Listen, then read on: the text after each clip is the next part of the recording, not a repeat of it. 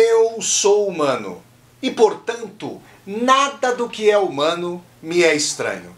Assim falava o poeta e dramaturgo romano Terêncio, e assim falo eu, Flávio Ricardo Vassoler, escritor, professor e youtuber. E hoje, em mais uma resenha de livro aqui do meu canal do YouTube, Flávio Ricardo Vassoler, eu trago para vocês uma discussão a respeito da obra 21 lições para o século XXI, do historiador israelense Yuval Noah Harari, o intelectual que vem pensando com profundidade, com proficuidade, as dimensões de transformação do capitalismo contemporâneo, da sociedade contemporânea, em face do recrudescimento da aplicação da tecnologia, da biotecnologia, da inteligência artificial. Diferentemente do que acontece em Homo Deus, uma breve história do amanhã, 21 lições para o século XXI é uma obra que vai trazer para nós algumas tarefas mais urgentes, mais imediatas, para lidarmos com as transformações profundas pelas quais a sociedade contemporânea está passando. Bom, já eu vou começar a falar sobre essa bela obra do Yuval Noah Harari. Mas antes, eu quero conversar com você que está assistindo a essa resenha. Se é a primeira vez que você está chegando aqui ao meu canal do YouTube, eu peço que você se inscreva aqui no canal, toque a sinetinha para poder receber as notificações. E, se você gostar dessa resenha, ao fim do vídeo, eu peço que você dê um like no vídeo, curta o vídeo, dissemine esse vídeo pelas redes sociais, para que nós possamos chegar a cada vez mais e mais pessoas. E deixe também o seu comentário aqui embaixo desse vídeo, para que nós possamos conversar. Tudo bem? Então vamos lá, gente. Resenha sobre a obra 21 lições para o século XXI, salvo engano de 2018, e que conta com a autoria do historiador israelense Yuval Noah Harari. Do que trata 21 lições para o século XXI? Bom, como o próprio título já diz, são 21 lições, são 21 admoestações em relação àquilo que vai se abrir aí no prolongamento desse nosso século XXI. Eu não vou ter tempo aqui para tratar dos 21 tópicos, então obviamente eu vou sintetizar a discussão a partir daquilo que eu considero mais fulcral. O Harari é um autor profundamente antenado, profundamente ligado, ele tem bastante vinculação, ele tem bastante conhecimento sobre as transformações radicais pelas quais a sociedade contemporânea vem passando em face do emprego massivo da inteligência artificial, da automatização, da robotização, da inteligência artificial e da biotecnologia.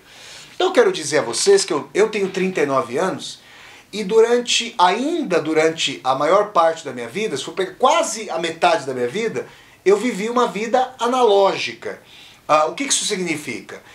Não havia celular, não havia internet. Então, se uma pessoa quisesse falar comigo e não estivesse perto de mim, essa pessoa necessariamente precisava ligar para minha casa. Acontece que eu poderia não estar em casa.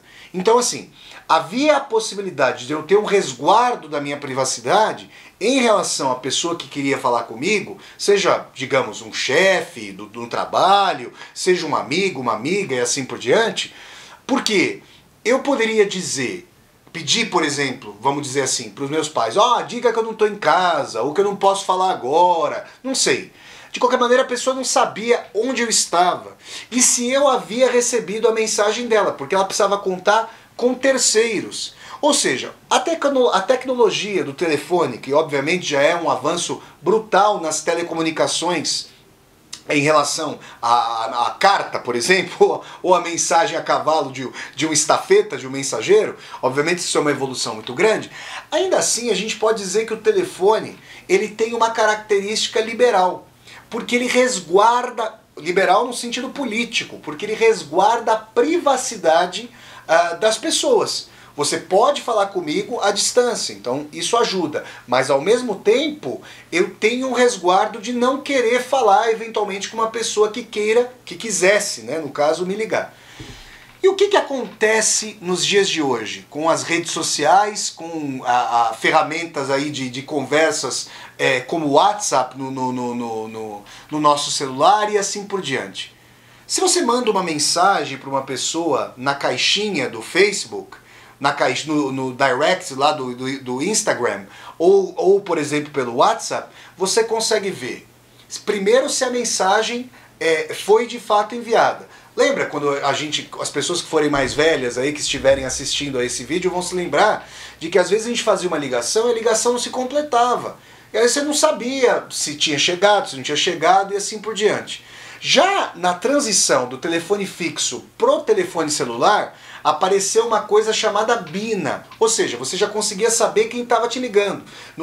Na época do telefone tinha uma resguardo de privacidade de quem, digamos, recebia a ligação e de quem fazia a ligação. Porque a pessoa também não sabia. Já com a Bina, você conseguia identificar o número da pessoa que estava chamando. Agora, o passo radical dessas novas tecnologias envolve o seguinte: você sabe se e quando a pessoa recebeu a ligação ou a mensagem, e você sabe se a pessoa inclusive viu a mensagem. Então, a privacidade é completamente ali invadida. Eu diria que ela é cercada por um tipo de temporalidade da mensagem que implica que as pessoas saibam umas das outras. Havia até um tempo atrás, em redes sociais, uma ferramenta para identificar a localização da pessoa. Então quem estava mandando mensagem, ou quem estava recebendo mensagem, sabia de onde a outra pessoa estava mandando uma mensagem. Obviamente que as autoridades policiais, e mesmo as megas corporações, têm todas as informações a esse respeito. Então, eu tenho uma discordância em relação ao Harari, quando ele diz que o que deve ser resguardado de todos os sistemas e tentativas de reforma social, por exemplo com o fascismo, que obviamente a gente vai rechaçar em toto, por exemplo com o socialismo real, que frustrou em enorme medida as expectativas de utopia da humanidade, ele diz que é preciso resguardar o liberalismo. Só que liberalismo é uma forma política de administrar a sociedade, mas que pressupõe um tipo de sistema econômico que é o capitalismo, historicamente. E o que a gente pode dizer é que o capitalismo de hoje ele tem tudo, menos liberalismo. Ele não é liberal. Seja no vício da concentração de renda, que implica que as grandes corporações não querem concorrência, a concorrência vale para os pequenos, vale para os inimigos, vale para os outros que não fazem parte do clube. Seja no aspecto político. Se eu estou falando de aspectos de invasão de privacidade na nossa vida micrológica cotidiana, que já pode ser rastreada, alguém que, por exemplo, invada o seu computador, o meu computador, os nossos aparelhos de celular, tudo isso pode fazer com que a pessoa saiba quais sites nós visitamos, o que nós compramos, quando nós compramos, número do nosso cartão de crédito, as mensagens que trocamos. Isso pode gerar extorsão.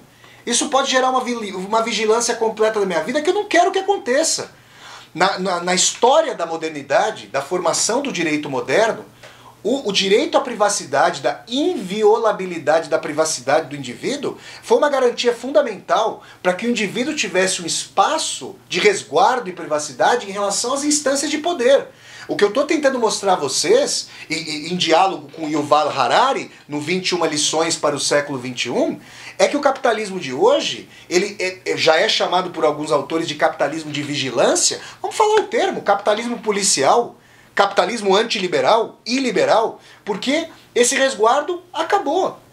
E o que mais que a gente poderia mencionar aqui? A gente precisa mencionar o seguinte: o Harari mostra que eugenia, que é um ranço odioso do nazismo, de manipulação de pesquisas genéticas, vem sendo empregada, ainda de maneira não de todo dominada, mas imaginem vocês o seguinte: imaginem que seja possível estudar com grandes bancos de dados, sequências genômicas de figuras aí tidas como expoentes nas suas respectivas áreas, no esporte, na política, na literatura, na pintura e assim por diante, etc.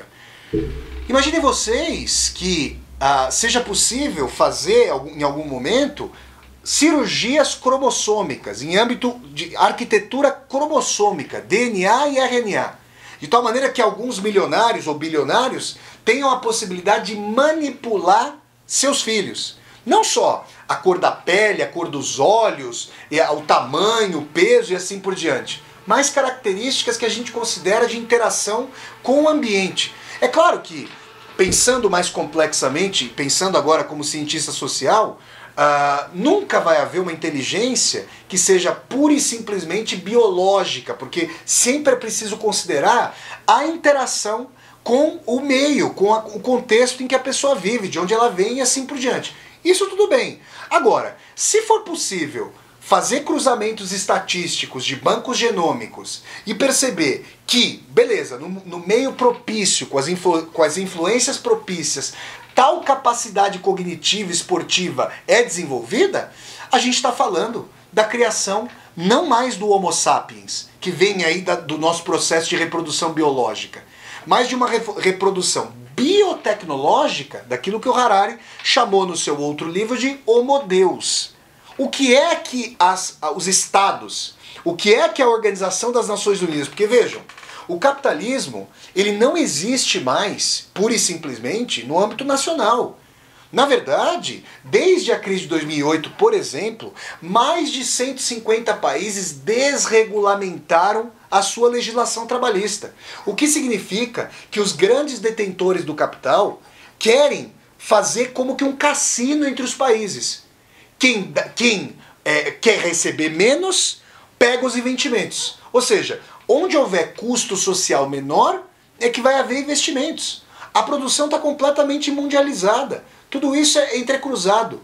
O que é, então, que os Estados e a Organização das Nações Unidas vão fazer em face de megacorporações que detêm dados, conhecendo mais a gente mesmo do que nós próprios, detendo dados de privacidade e tendo a possibilidade não apenas de influenciar eleições, como aconteceu, por exemplo, quando vem acontecendo, mandando fake news. Aliás, vou deixar o link aqui para vocês de uma aula que eu já dei aqui no meu canal do YouTube falando por que nos tornamos vulneráveis às fake news. Eu vou deixar aqui embaixo esse link para vocês.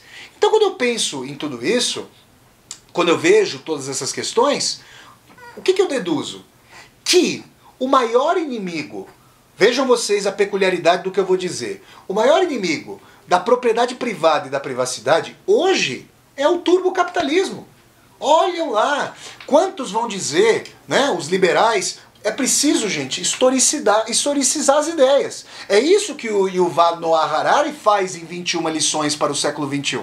É preciso entender que a ideia do liberalismo é tão idílica quanto a ideia do socialismo. Ou seja, vocês acham que alguma vez na história da humanidade houve livre concorrência pura?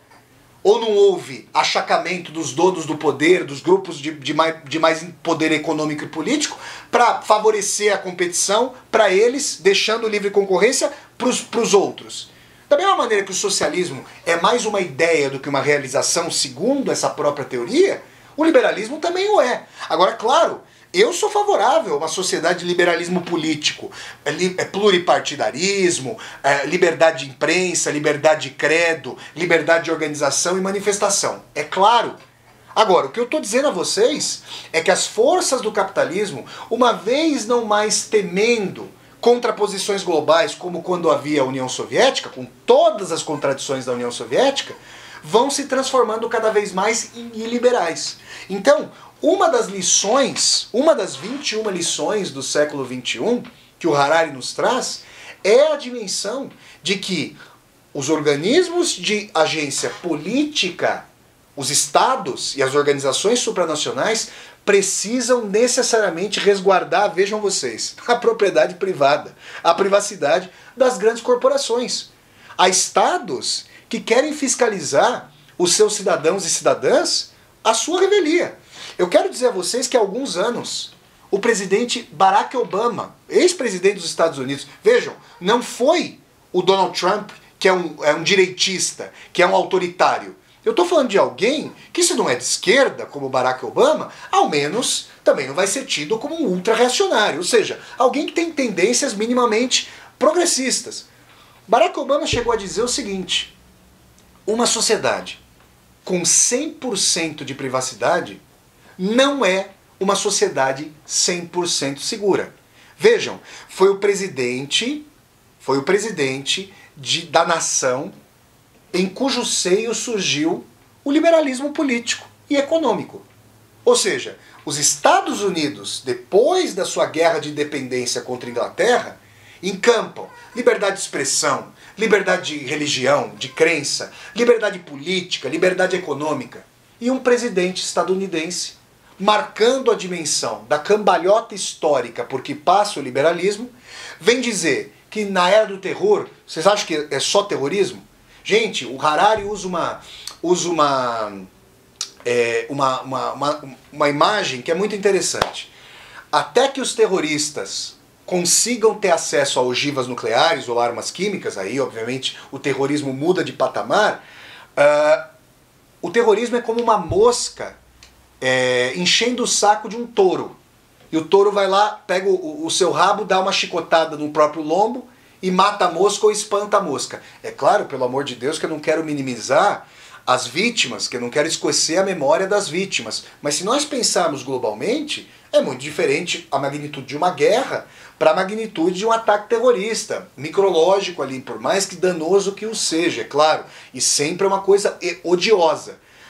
Porém, o que o Harari está dizendo aqui para nós é que as corporações precisam ser levadas, coagidas legalmente a se restringirem, a haver tecnologia contra a tecnologia para resguardar a privacidade. Esse parece ser um dos grandes dilemas para a democracia contemporânea.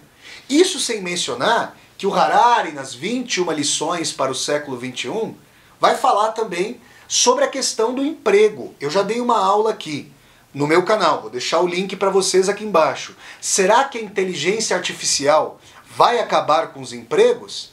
E aí o Harari vai dizer o seguinte: não há mais garantias, nem para empregos menos qualificados, mas sequer para os mais qualificados, de que não venham a ser substituídos por inteligência artificial. E nesse sentido, uma das dimensões de educação inovadora que o Harari traz não é mais aquela tradição. Por exemplo, quando eu estava estudando para o vestibular, há 20 anos, meu pai, quando conversava comigo, falava: meu filho, você tem que decorar, você tem que memorizar e assim por diante. Mas na época do meu pai, ali, quando ele prestou vestibular, em meados da década de 60, a sociedade era muito mais estática e o acúmulo de informações e dados não se dava digitalmente, não se dava virtualmente.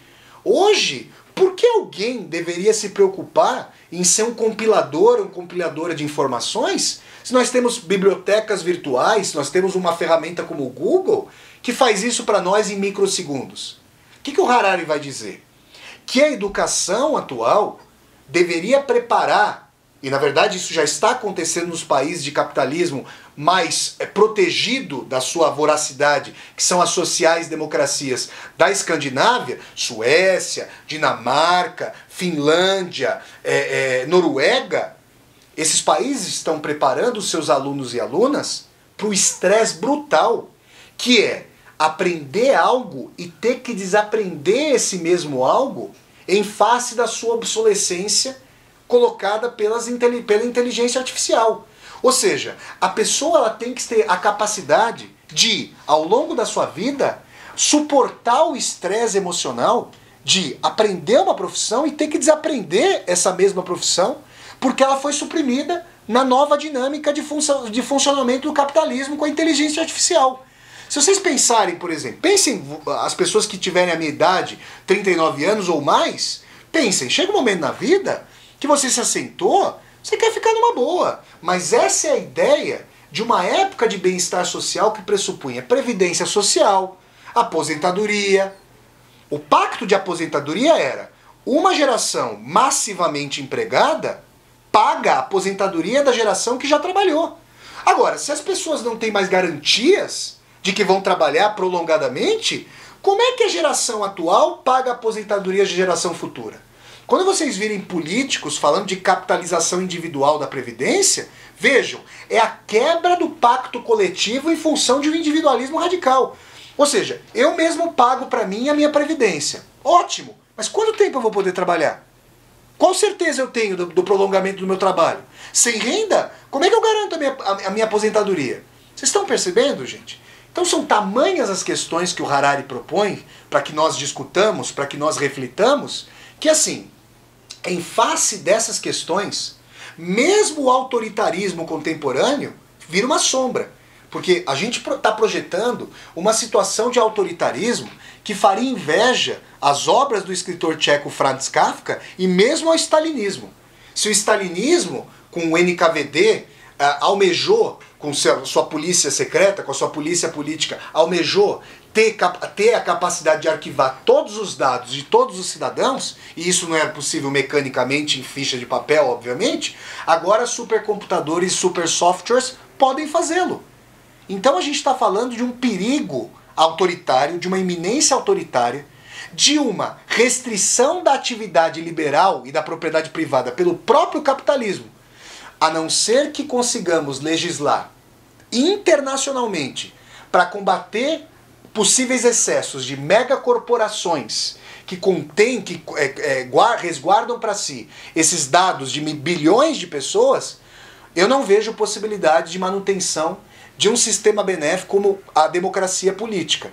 É importante a gente ter essa dimensão. Então, mais do que soar as trombetas de Jericó, as trombetas do Apocalipse, é importante entender o devir da contemporaneidade e os seus riscos iminentes. É esse então o grande mérito da obra 21 lições para o século XXI do historiador israelense Yuval Noah Harari.